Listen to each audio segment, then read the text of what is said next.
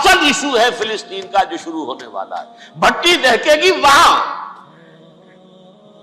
ظاہر بات ہے کہ اگر کوئی بہت بڑا اقدام ہو جاتا ہے فلسطینیوں کے خلاف اور اگر واقعتاً مسجد اقصیٰ اور قبۃ الصخرہ گرا دیے جاتے ہیں تو طوفان اٹھے گا عالم عرب میں. یہ حسنی مبارک ہو یا شاہ خالد ہو یا کوئی اور ہو، یہ نہیں روک سکتے اس طوفان کو. نوجوان خون اٹھے گا، غیرت اور جو بھی حمیت ہے. مسلمان ان پڑھ سے ان پڑھ اور بالکل بے دین وہ بھی مسجد کی حرمت پر کٹ مرنے کو تیار ہو جاتا ہے. مسجد تو بنا دی شب بھر میں ایمان کی حرارت والوں نے، من اپنا پرانا پاپی ہے برسوں میں نماز ہی بننا سکتا. وہ چاہے کانپور کی مسجد تھی مسلمانوں نے جانے دی، چاہے وہ شہید گنج کی مسجد تھی مسلمانوں نے جانے دی، چاہے نماز نہ پڑھتے ہو. لیکن یہ جو حرمت اور یہ جو حمیت یہ غیرت ہے، اس سے جو طوفان اٹھے گا یہ ہوگا اس ملحمۃ العظما، اس کی طرف پیش رفت ہو رہی. کتاب الملاحم سے احادیث کے حوالے سے کہ جن جنگوں کا حوالہ دیا حضور نے پیشن گوئی کی ہے، اس کا نقطہ آغاز تھا خلیج کی جنگ. صدام حسین نے اسے کہا تھا یہ مدر آف وارز ہے، ام المحارب، یہ ایک جنگ نہیں ہے. اس کا نقشہ بھی حدیث میں موجود ہے، پیشن گوئی موجود تھی، اس وقت بھی ہم نے شائع کی تھی. لیکن اس میں جو جنگ اب ہونے والی وہ الملحمۃ العظما. ملحمہ کسے کہتے ہیں؟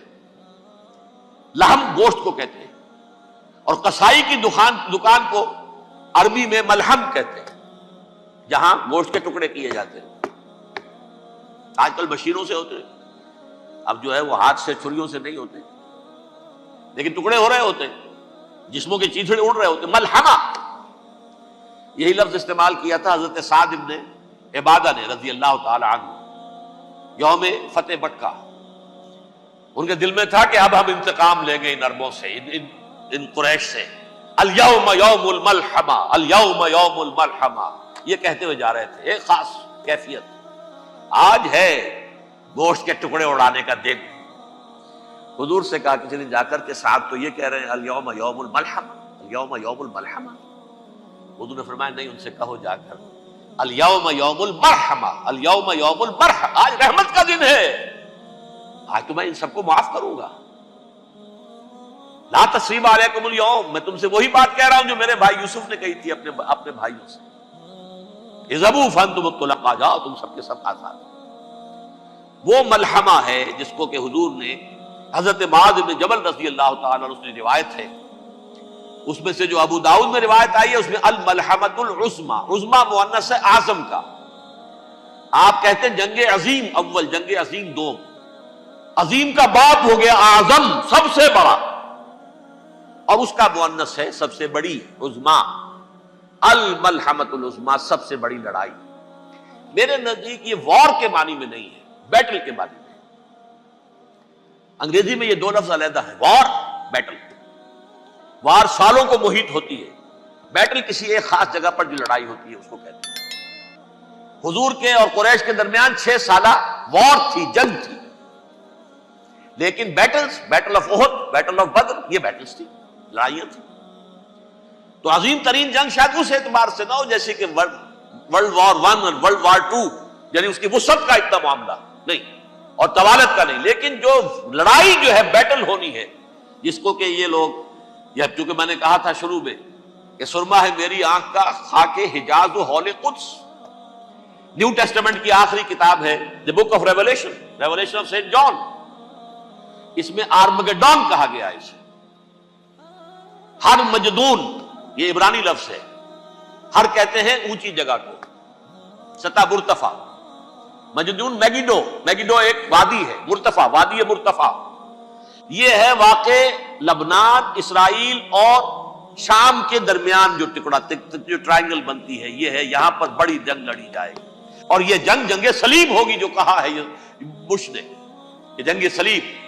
سیکنڈ ملینیم شروع ہوئی تھی تو پہلی صلیبی جنگ ہوئی تھی. تھرڈ ملینیم شروع ہوا ہے، یہ سیکنڈ صلیبی جنگ ہے، یہ کروسیڈ. اور میں اس مرتبہ امریکہ گیا تھا تو پہلی مرتبہ مجھے وہاں ایک رسالہ ملا ٹرمپٹ نام کا. یہ امریکہ کے جو بہت ایکسٹریمسٹ قسم کے پروٹیسٹنٹس ہیں، یہ ان کا رسالہ ہے. اور ان کے بارے میں اب کہا جا رہا ہے وہ کرسچین زائنسٹ ہیں. آپ شاید پہلی مرتبہ یہ لفظ سن رہے ہو. زائنسٹ تو ہم سمجھتے ہیں یہودیوں کو. کرسچین زائنسٹ وہ ہیں جو ہیں تو عیسائی پروٹیسٹنٹس ہیں، لیکن اسرائیل کے وہ حمایتی یہودیوں سے بڑھ کر ہیں. یہ میری کسی پہلی تقریر میں شاید بہت سے حضرات کو یاد آ جائے، میں نے کہا تھا 4 سال پہلے ہمارا تنظیم اسلامی کا ایک کنونشن ہوا تھا ہیوسٹن میں، امریکہ کا جنوبی علاقے کا شہر ہے. ایک سیشن اس میں ہم نے رکھا تھا انٹرفیتھ. ایک عیسائی کو بلایا تھا، ایک یہودی بہت بڑا وہاں کا عالم ہے اس کو بلایا تھا.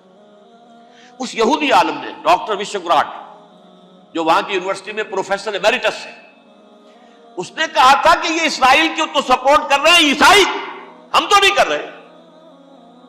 جو پریکٹسنگ یہودی ہیں وہ زیادہ اسرائیل کے حق میں نہیں تھے. یہ تو سن 67 کے بعد انہوں نے اسرائیل کو تسلیم کیا ہے. وہ تو منتظر تھے کہ ہمارا مسیحا آئے گا تو اس کی قیادت میں جنگ کریں گے، جیسے شیعہ منتظر تھے کہ مہدی موعود آئیں گے تو پھر ہم کچھ کریں گے. وہ امام خمینی نے کہا بھائی جب وہ آئیں گے آ جائیں گے، لیکن ہم کچھ راستہ کے لیے. زائنسٹ نے آگے بڑھ کر ریاست قائم کر لی، اور جب یروشلم پر بھی پورا قبضہ کر لیا تب جو ہے در حقیقت مذہبی یہودی جو ہے پھر انہوں نے اپنایا ہے، اون کیا ہے. اور نئے سیٹلمنٹس جو بھی بنے ہیں وہاں پر اسرائیل میں، اس میں اکثر و بیشتر مذہبی یہودی آیا، اور بروکلن کے علاقے سے سب سے بڑھ کر آئے ہیں، جو امریکہ میں نیو یارک کا ایک جنوبی علاقہ ہے، بہت بڑا یہودیوں کا بہت بڑا گڑھ ہے. نیو یارک کو جیو یارک بھی کہا جاتا ہے، وہ تو اصل میں مرکز جو ہے وہ تو یہودیوں کا. اس حوالے سے وہاں پر جو کرسچن زائنسٹ کہلاتے ہیں وہ اسرائیل کے یہودیوں سے بھی بڑھ کر کہیں سپورٹ کریں. بہرحال اس دوسری صلیبی جنگ کا معاملہ جو میں کہہ رہا تھا، ٹرمپٹ نامی رسالہ، اس کا ایک مضمون ہے دی لاسٹ کروسیڈ. اب یہ آخری کروسیڈ ہے جو شروع ہونے والا ہے. میں تو حیران ہوں کس قدر کھل کے وہ باتیں کرتے ہیں. رومن کیتھولکس کو وہ کہتے ہیں کہ یہ شیطان ہے، یہ پوپ شیطان ہے. یہ یورپ کو اس نے جمع کیا ہے کرسچینٹی کی بنیاد پر، اور اس میں زیادہ تر کیتھولکس ہیں. آپ کو معلوم ہے برطانیہ بڑی مشکل سے شامل ہوا ان کے ساتھ، اس لیے کہ وہ پروٹیسٹنٹ کا سردار تھا، ابھی پوری طرح نہیں ہے. یورپ جو ہے وہ رومن امپائر دوبارہ یہ کھڑی کر رہا ہے، اور در حقیقت یہ جو ہے یہودیوں سے بھی چھیننا چاہتے ہیں اسرائیل کو اور فلسطین کو، اور مسلمانوں سے بھی. اور یہ وہی کروسیڈ جو تھے اربن ثانی کے، اس کی تیاری کر رہے ہیں تاکہ وہاں پر عیسائی حکومت قائم ہو جائے، کیتھولکس کی، پوپ کی حکومت قائم ہو جائے، جیسے ایسٹ تیمور میں کر دی. ایسٹ تیمور میں کون سی حکومت بنی ہے؟ Roman Catholic. رومن کیتھولک اسرائیل میں بنے، تاکہ یہ سارے مقامات مقدسہ جہاں اسرائیل پیدا ہوئے، بیت حضرت مسیح پیدا ہوا، بیت لحم کہاں ہے؟ وہی ہے کہ نہیں؟ جہاں سے ریزریکشن ہوا ان کے خیال میں وہ کہاں ہے؟ وہیں پر ہے کہ نہیں؟ بڑے بڑے گرجے ان کے وہی ہیں. تو اس اعتبار سے ان کا کہنا یہ ہے یہ لاسٹ کروسیڈ کی تیاری ہو رہی ہے، یہ کیفور.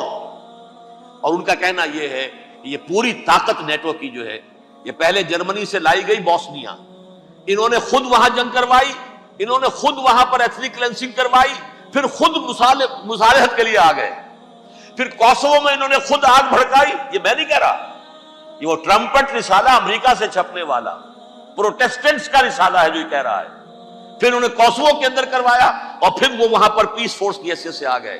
اب وہ میسیڈونیا میں کروا رہے ہیں اور وہاں داخل ہو گئے ہیں. اگلا قدم ان کا سائپرس ہوگا، سائپرس میں ترکوں کو اور وہ گریکس کو لڑائیں گے اور وہاں آ جائیں گے، وہاں سے ایک چھلانگ لگائیں گے اور یہ فلسطین میں پہنچیں گے. اور یہ وہاں پر ایک رومن امپائر، اپنی پرانی رومن امپائر کی طرح کی رومن کیتھولک ریاست قائم کرنا چاہتے ہیں. تو وہاں امریکہ کے عیسائیوں میں بھی کوئی ایک طبقہ نہیں ہے. کیتھولکس بھی ہے، کیتھولکس زیادہ نہیں ہے ہمدرد، لیکن اب تابع ہو چکے ہیں. اسحاق ریبین نے جب یہ پیس ٹاک شروع ہوئی تھی، آپ کو یاد ہوگا شاید، کہ جب وہ آیا تھا واشنگٹن سے واپس فلسطین اسرائیل، تو پہلے روم میں رکا for an audience with the pope, اور پوپ کو اس نے ایک مرتبان سا پیش کیا تھا، حضرت سلیمان علیہ السلام کے زمانے کا مرتبان، اور کہا تھا دیکھیے 3000 برس تک ہم نے اس کی حفاظت کی ہے، اب یہ میں آپ کے حوالے کر رہا ہوں. اس کے بعد سے پوپ جو ہے بالکل رام ہو گیا، اور وہ عیسائیوں کے ساتھ اور یہودیوں کے ساتھ ان کا پورا فائدہ.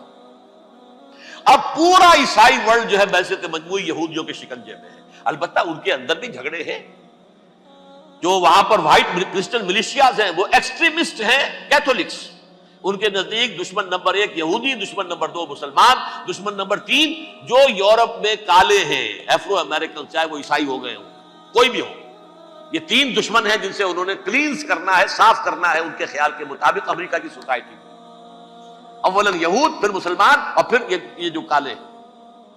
لیکن دوسری طرف پروٹیسٹنٹس کے اندر ایکسٹریمسٹ وہ ہیں جنہیں کہا جا رہا ہے یہ کرسچین زائنسٹ ہیں، یہ اسرائیل سے بڑھ کر سپورٹرز. بہرحال یہ اب جنگ ہوگی، اس کا نتیجہ کیا نکلے گا یہ تو اللہ ہی جانتا ہے.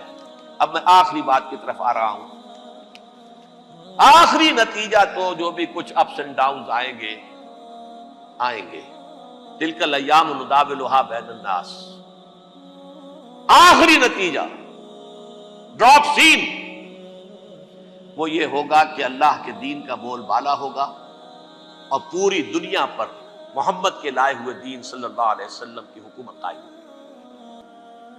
وہ گویا قیامت کی تمہید ہوگی، اس کے بعد بس قیامت آئے گی. کیونکہ مقصد کائنات، تخلیق کائنات پورا ہو جائے گا. پوری مخلوقات کے اندر مقصد تخلیق، کلائمیکس آف کریشن محمد الرسول اللہ صلی اللہ علیہ وسلم. دین کی تکمیل محمد الرسول اللہ صلی اللہ علیہ وسلم. اور اس خلافت عرضی کے لیے جو حضرت آدم کو خلافت دی گئی تھی، جب اس میں وہ خلافت پوری دنیا پر قائم ہو جائے گی، اس کا مقصد پورا ہو جائے گا. And that will be the beginning of the end. اس کے بعد قیامت. آخری نتیجہ تو یہ نکلنا ہے. اس سے پہلے سزائیں ہمیں بھی مل رہی ہیں. اور یہاں میں کانٹے کی بات جو چھوڑ گیا تھا اس کو بیان کر دوں. اللہ نے اس مغضوب علیہم قوم کو، اس ملعون قوم کو کیوں اب تک چھوٹ دیے رکھی؟ میں بتا چکا ہوں یہ بڑے عذاب کے مستحق ہو چکے تھے حضرت عیسیٰ علیہ السلام کے زمانے میں. چھوٹ دی ہے، ابھی تک ہے. بلکہ ایک مرتبہ ابھارا ہے. 1900 برس کے بعد ابھرے ہیں یہ. بالفور ڈیکلریشن 1917، سن 70 عیسوی کے بعد، تقریباً 1900 برس، 1850 برس تو ہے کم سے کم. پھر creation of Israel 1948، 1967 extension of Israel, یروشلم پر قبضہ. یہ سارا جو ہے کیوں ہے؟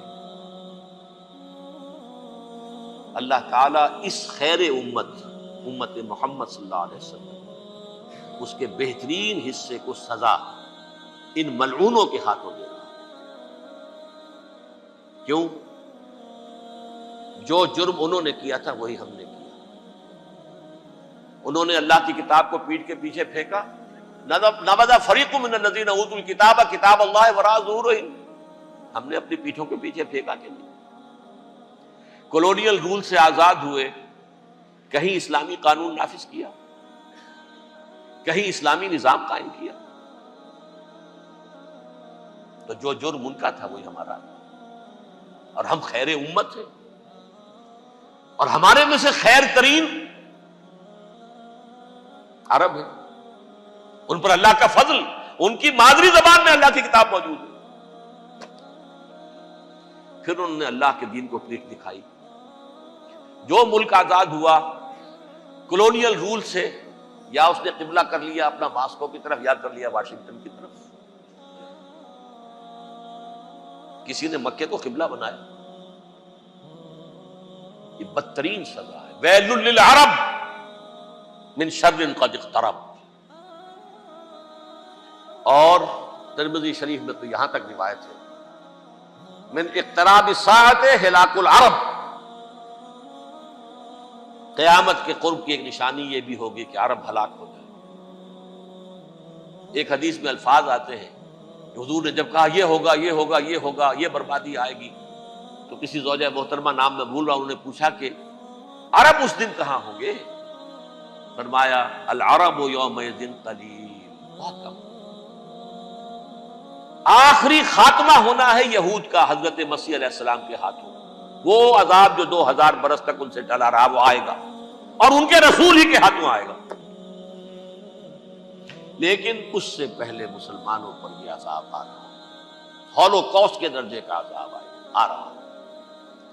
البتہ ہم پاکستانی اس میں یوں سمجھ لیجئے کہ وہ تو خبریں موجود ہیں احادیث میں، وہاں تو جو ہونا ہے، اتنے انسان مریں گے کہ ایک پرندہ جو ہے اڑتا چلا جائے گا، وہ نہیں چاہے گا کہ نیچے اترے تو کسی لاش پر اترے، اسے جگہ نہیں ملے گی زمین خالی کر کہیں اتر سکے، تھک ہار کر گرے گا، مرے گا تو بھی لاش کے اوپر گرے گا۔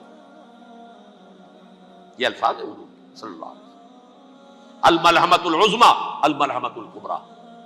یہ لاسٹ کروسیڈ ٹرمپٹ اخبار نے، میں اس کا فوٹو اسٹیٹ بھی کبھی آپ کو دکھا دوں، ویسے میرے ساتھ ہے وہ رسالہ ٹرمپٹ، دی لاسٹ کروسیڈ، اس کی تیاری ہو رہی ہے۔ وہ الملحمۃ العظمی اور ملحمۃ الکبریٰ جو ہے وہ آنے والی ہے۔ ابن ماجہ میں کبریٰ کہا ہے، اکبر کا مؤنث کبریٰ، ملحمہ کبریٰ سب سے بڑی جنگ اور ملحمہ عظمی سب سے عظیم جنگ، یہ ہوگی اور بہت جلد۔